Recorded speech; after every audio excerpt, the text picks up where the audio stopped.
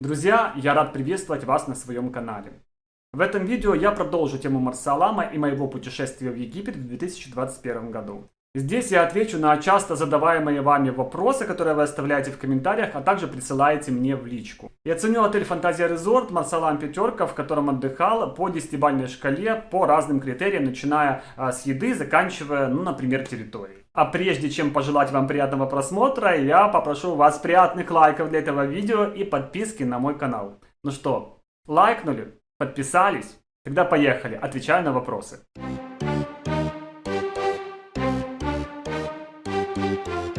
Марсалам — это небольшой городок на побережье Красного моря в Египте. Находится он в 270 километрах южнее Хургады.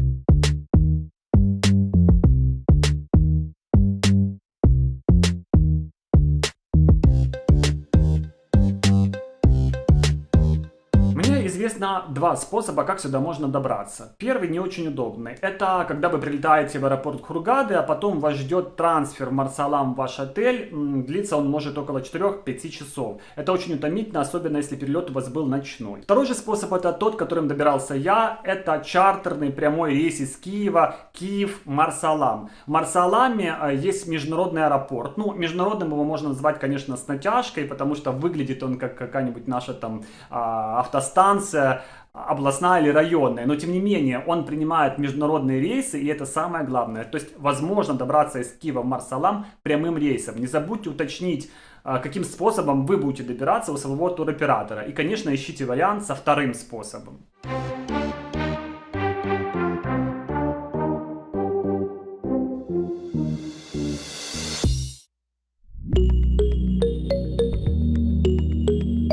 Хургада и Шарм — это достаточно большие города, здесь вы можете прогуляться, заняться шопингом, здесь тусовка, туристы, местные, и здесь отели расположены друг на друге. Марсалам же это совершенно другая история, здесь отели разбросаны по побережью, расстояние между ними может достигать там даже десятков километров.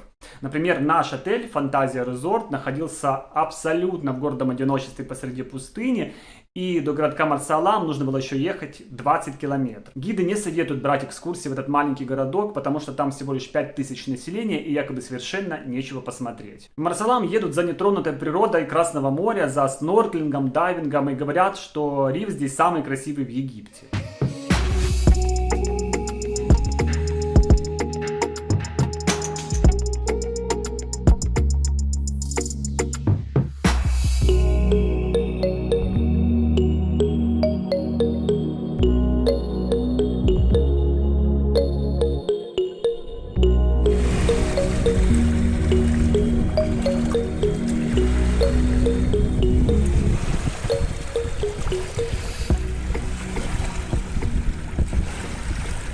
Еще один интересный факт о Марсаламе — это то, что до пандемии курорт был в основном ориентирован на западноевропейских туристов. Например, до того, как Европу закрыли на карантин, 80% отдыхающих в отеле, в котором отдыхал я, составляли итальянцы. И вот во время пандемии из-за недостатка туристов из Западной Европы Марсалам открылся для Восточной Европы, и туда полетели чартеры из Украины.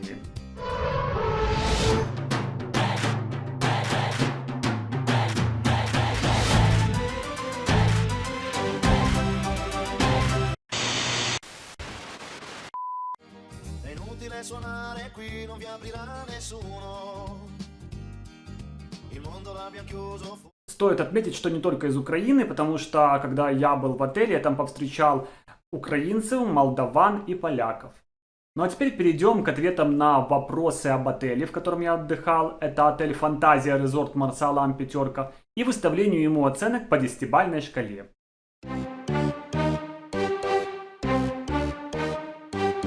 В отеле из аэропорта мы приехали в 9 утра, у нас сразу же забрали багаж и отправили нас на завтрак.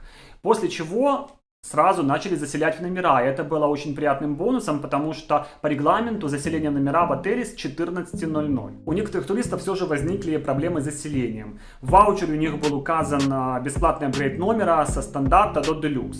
Этот делюкс им не хотели давать, что там они выясняли.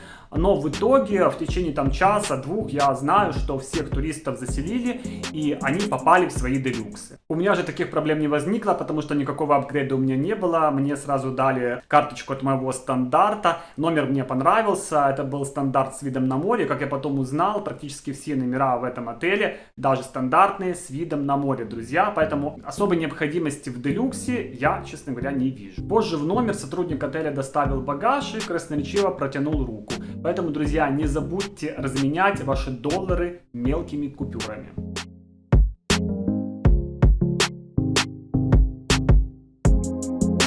На русском говорят далеко не все сотрудники отеля, говорят, если честно, плохо, поэтому знание элементарных фраз на английском языке вам здесь, конечно, поможет. Но, в принципе, объясниться кое-как возможно и на русском. Если в общем оценивать сервис и персонал, то все довольно прилично.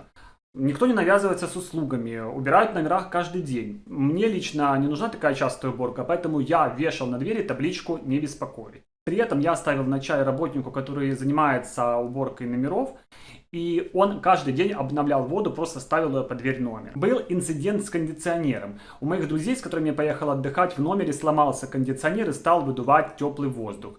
Сообщили на рецепцию, и буквально в течение часа поднялись в номер работники отеля и исправили кондиционер. И это, конечно, стоит занести в плюс сервису.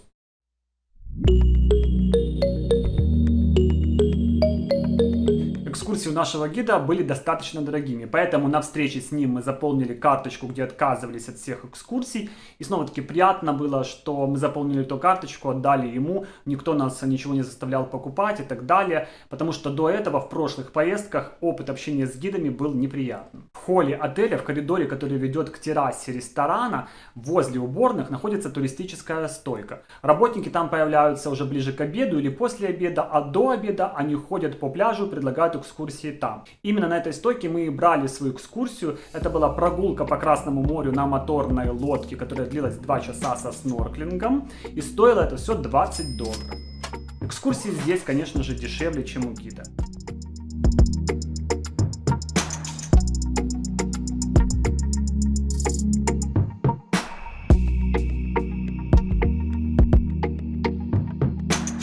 Магазины в отеле есть, работают они с 10 часов, и здесь можно приобрести все необходимое. Ну, например, все необходимое для плавания или снорклинга. Это и маска, и надувной круг, и коралловые тапочки. Здесь можно всякую одежду приобрести, шорты, майки, футболки, шляпы. Также можно приобрести косметику и даже сигареты. Но не ожидайте, что цены будут такими низкими, к которым вы привыкли в Египте, если вы, например, занимались шопингом где-то в Хургаде или Шарме. Здесь все на порядок дороже, друзья. Например, сигареты стоят самые дешевые $4. Аптеки здесь нет, друзья, поэтому все лекарства первой необходимости не забудьте взять с собой. Итак, подытожив все вышесказанное, я готов поставить свою оценку отелю за сервис. Моя оценка это 9. Была бы 10, если бы не этот небольшой инцидент с апгрейдом номеров со стандарта до делюкс. Все-таки люди столкнулись с проблемами, и это немножечко подпортило впечатление о сервисе отеля. Но 9 это вполне достойный вариант, я так считаю.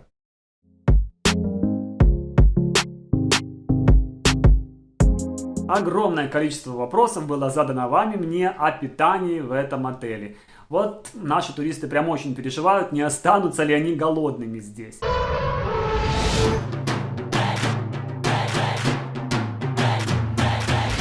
Так вот, друзья, нет, не останетесь. Здесь вполне приличное питание. И не забывайте соотносить цену тура с выбором еды. Я за тур заплатил $340, и это вполне приемлемая цена. А покушать здесь можно и вкусно, и плотно. Всегда есть выбор мяса, несколько видов, а также курица. Овощи как по отдельности, так и в микс-салатах. Макароны вкуснейшие с соусом. Я бы посоветовал, обязательно попробуйте сыр фету. Из фруктов обязательно попробуйте дыню, вкусные йогурты, десерты, друзья. То есть и восточные сладости, и множество тортиков, напитки, кофе, чай, лимонады. В общем-то, точно голодными не останетесь, не переживайте. Вечером подают рыбу на гриле. Подавали мерлина, а также тунца. В общем, моя оценка за питание отелю 9, как и сервису. Была бы 10, если бы хотя бы несколько раз в неделю выбор морепродуктов был побольше.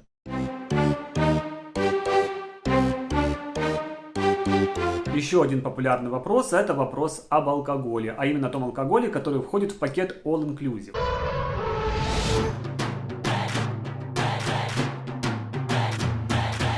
Сразу скажу в одни руки, наливают по несколько стаканов. Работают на территории несколько баров. Это бар в холле, бары в бассейнах и бар на пляже. Я бы однозначно посоветовал пиво, оно легкое, вкусное. Также мы пили ром с колой или по-другому коктейль Куба Либре. Вполне себе приличный напиток, никто не отравился и жуткого похмелья не было замечено. А вообще здесь стандартный набор алкоголя. Это ром, виски, джин и пиво. Вполне приемлемого качества, не противно, друзья. Поэтому за алкоголь я ставлю отелю твердую 9. Также прекрасная опция была то, что в баре на пляже можно заказать себе какой-нибудь перекус, вот типа пиццу.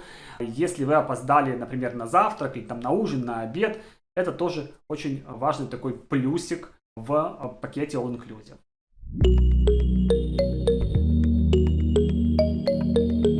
Очень важный вопрос о территории отеля, потому что не забываем, что выйти здесь некуда, прогуляться негде, никакого города нет, ничего. Территория здесь просто отличная, есть где погулять, она вся ухоженная, зеленая, в цветах. Вечером очень красиво подсвечена и все лампочки, друзья, работают. Бассейны огромные, вода в них была уже теплая, поэтому непонятно, если бассейны с подогревом. Лежаков повсюду очень много пустых, друзья, так что места хватит всем. А еще, друзья, если вы хорошенько исследуете всю территорию отеля, вы можете найти своеобразный амфитеатр с крышей, где на сцене, на одной из стен, изображение Фредди Меркьюри. Фоточки будут... Во. Короче, к территории у меня вообще не возникло никаких вопросов, поэтому 10 баллов за территорию.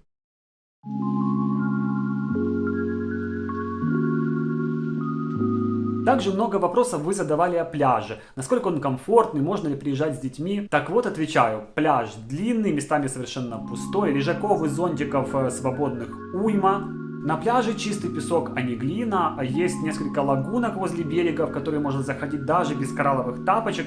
Эти лагунки достигают там глубины и по пояс, есть немножко глубже. Там очень как раз комфортно купаться с детьми. Пирс короткий, всего каких-то 30 метров, и сразу с него вы попадаете на глубину. Можете сразу снорклить. Очень красивый риф. Вообще плавать с маской здесь можно в море на протяжении всего пляжа. Риф везде красивый и рыб много. Ближе к вечеру будьте осторожны. К берегу приплывают рыбы-крылатки. Это ядовитые рыбки, они не агрессивны, но наступать на них не советую. Также вечером возле берега в воде можно увидеть черепаху или ската. На пляже работает бар, где вы можете заказать напитки, а также взять легкий перекус, который тоже входит в пакет All Inclusive. Пляж, пирс и море в Фантазия Резорт – это однозначная 10.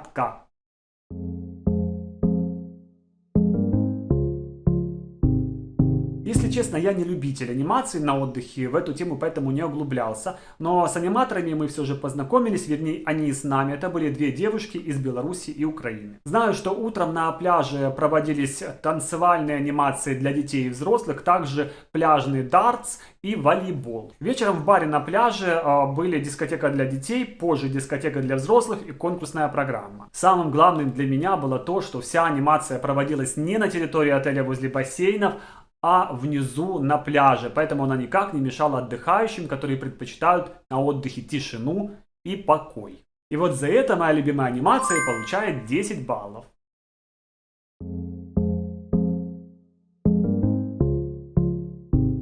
Много вопросов было о качестве номера, а также о том, стоит ли брать апгрейд до Deluxe. Мое мнение, апгрейд до Deluxe брать не стоит. Стандарт просторный, я бы даже сказал, что большой. Здесь и широкая кровать, и диван, и огромный шкаф с сейфом, также холодильник, большое зеркало, отличная ванная комната с широкой раковиной, сантехника вся в порядке, кондишены встроены в вентиляцию, в принципе все исправно работает. Ну и конечно шикарная терраса с видом на море. Номер в этом отеле получает от меня твердые 10 баллов.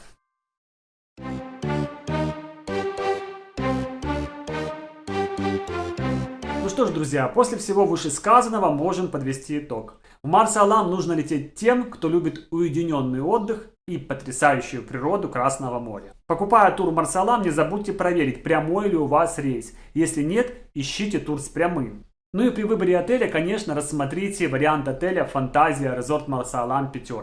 Это достойный отель по цене-качеству. Моя оценка ему составляет 9,57 из 10. Это средняя оценка по разным критериям, друзья. Всем хочу пожелать комфортных путешествий, а себе ваших лайков и подписки. До встречи в новых видео.